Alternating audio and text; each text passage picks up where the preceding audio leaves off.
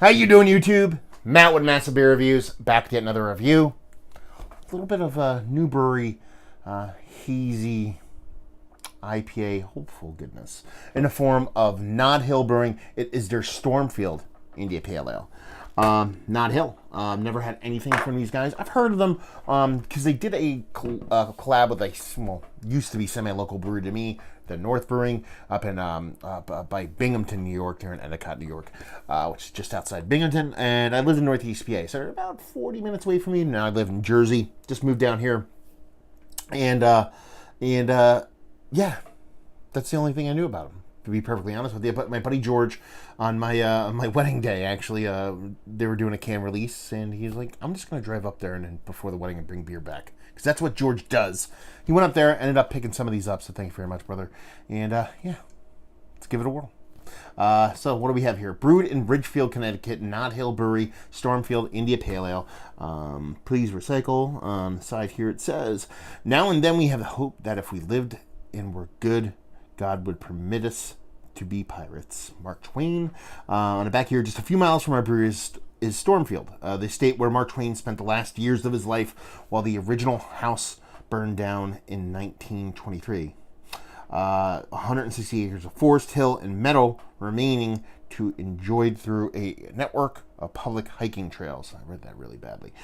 This hoppy yet balanced ale, brewed with Amarillo, Azacca, and Simcoe hops, is our hat tip to Twain and a legacy left for in our neck of the woods. Cheers. And yeah, it's kind of cool. Little kind of, I don't know, new school kind of pop arty kind of, looks like almost like a maze. We can make that into a maze. You should do that, and people can have a maze on a can. But yeah, I actually really dig the artwork. It's pretty cool.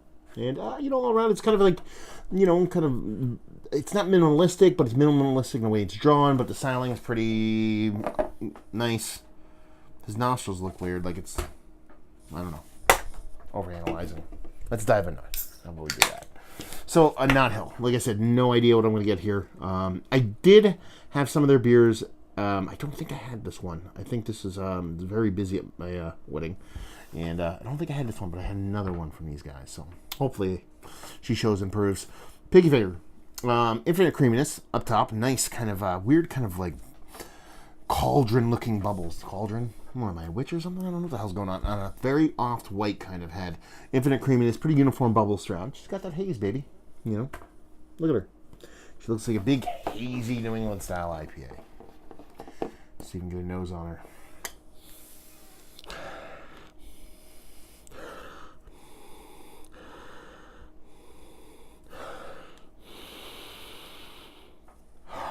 There we go. It's all about the citrus in here. The way all those hops are coming off is totally citrus for me. It's coming off a little bit kind of sweet and citrus, almost like a little bit of a Sunny D tang kind of thing in a good way. It doesn't taste like artificial, but it tastes like it has a bit of extra sweetness going on for it. There's a bit of bittering there, but it's like, it's a little like kind of bittering, kind of pithiness, but at the same time there's a bit of soft greenness going on. It's like a mixture of the two. They're not very distinct, but there's definitely kind of a separation there. It smells nice. It smells really nice. It smells welcoming. I mean, 6.5%, didn't read that, so it's not the smallest beer in the history of mankind, but at the same time, it smells pretty damn good. Let's dive in. Cheers.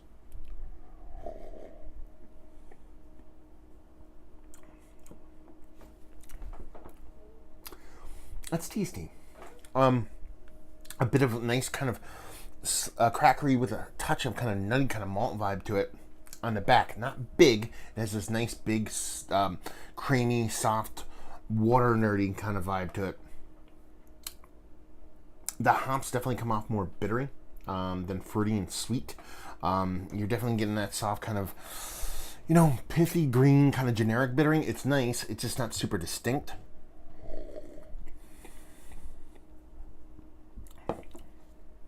And you get a sweetness to it, but the sweetness is definitely, while it's soft, it's not coming off as a fruit sweetness. It's coming off as definite malt sweetness. So all the components are there kind of in the nose. It's just, they're all very separate to themselves. They're not very connected and cohesive. It's not a super negative thing. I kind of like the way it is, in that it's very sharp, should I say, and not much roundedness to it. But there's something missing for me. I guess what it's missing is a little bit of distinct bitterness. Like I said, it has a little bit of that kind of subtle, kind of pithy thing going on with a little bit of kind of generic graininess, but they're very kind of small, while the bittering around it is pretty big. So those tastes within the bittering is small. Same thing with the kind of fruit portion of the show. Yeah, you get a bit of that fruit. Citrus isn't as big. It's probably leaning a little bit more tropical in the taste than it is in the nose. But again, that fruity portion of the show, but the sweetness is a little bit bigger. So the bittering's there, the sweetness is there, but those added components, the things that give those two character, are a little bit too small, especially at its ABV. If you told me this is a 4.5% beer, I'd be like, yeah. But being that it's 6.5, I just want a little bit more. But here's the thing, I said there's something missing for me. It's that kind of balance between the bittering and the sweetness and the flavors it's trying to impart, that gap in between. I've talked about beers missing something previously. Most of the time it's a lot of these big hazier kind of IPAs, and I say there's a lack of cohesiveness. There's no soul to it. It's like missing a core. Not the case here. This is more, to me, kind of like how I introduced the beer, which I've never really had anything from them, never really heard of them. It's kind of a beer when you're tasting from a new brewery, you almost feel like, again, there's a lot of breweries that I've never had that have been around for a while, but it just tastes like they're getting there. And that sounds super, like, I don't want it to have to come off like, oh, they're fucking getting there. I'll tell you when they get there. But it tastes like they're working towards something, and it tastes like this beer is getting to a point where it could be something really fucking amazing. So, I mean, in my perfect world, hopefully what they're doing is pretty fucking fun stuff.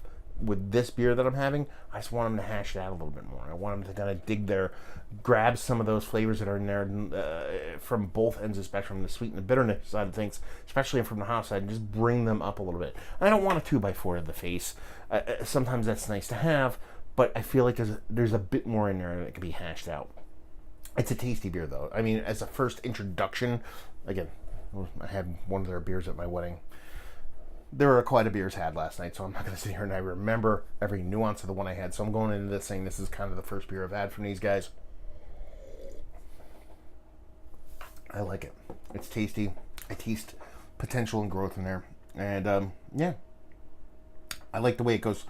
More, even though it is sweet, more kind of sweet in the nose, a little less greeny, bittering kind of nosiness, and then kind of flips the script.